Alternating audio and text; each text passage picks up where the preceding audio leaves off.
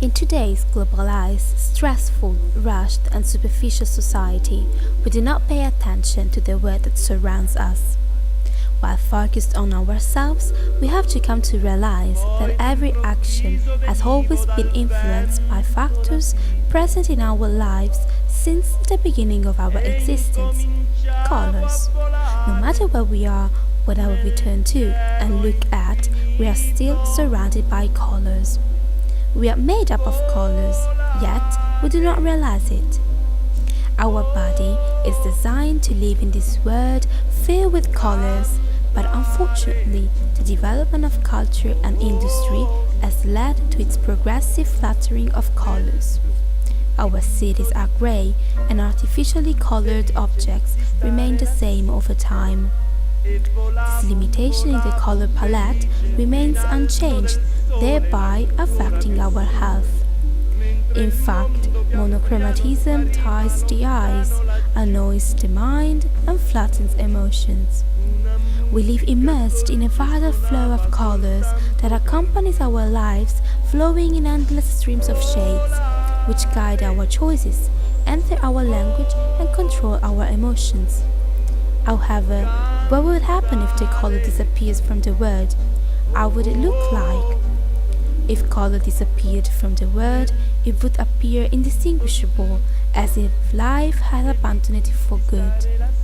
If our eyes saw such a scenario, we would be invaded by a feeling of loss. The reality would become strange, and we would turn into statues immersed in a deep and achromatic decay. But what is color?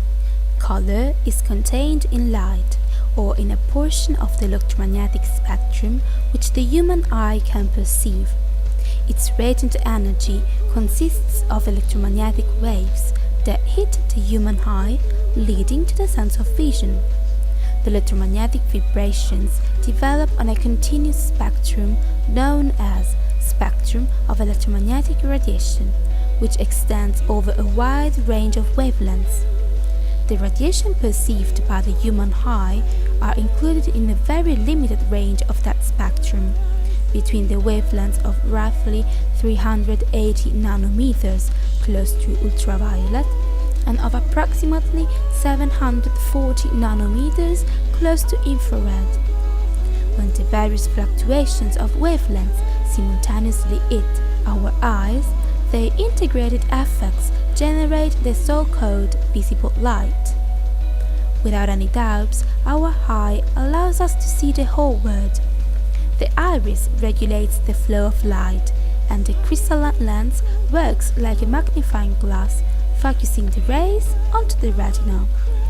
The human retina is made up of several layers of light-sensitive cells, organized in a mosaic, called photoreceptors, the rods and the cones, which convert light into chemical signals and then into electrical impulses.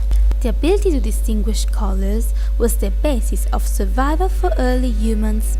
In fact, the colors of nature provided information crucial for their life, also regulating its course. At the beginning, human beings' life was governed by two factors beyond their control: night and day. The night determined the cessations of activities, while the day refreshed the environment in which they acted. Such moments were, and still are, associated with the dark blue of the sky at night and the sparkling yellow of sunlight.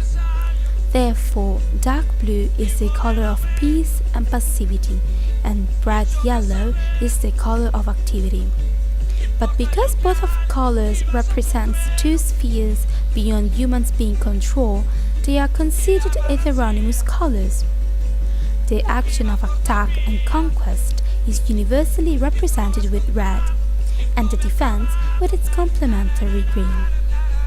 Since these actions are under humans being control, these two colors are defined autonomous. So every people has always marked the experience of colors in accordance with the fundamental contrast of light and dark. As a matter of fact, the names of the main colors are in common to all languages. color as not only a physical property, but it could be considered as a psychological experience from which the emotional meanings that are expressed in the various ritual, decorative, and religious events arise. However, color is also a symbol.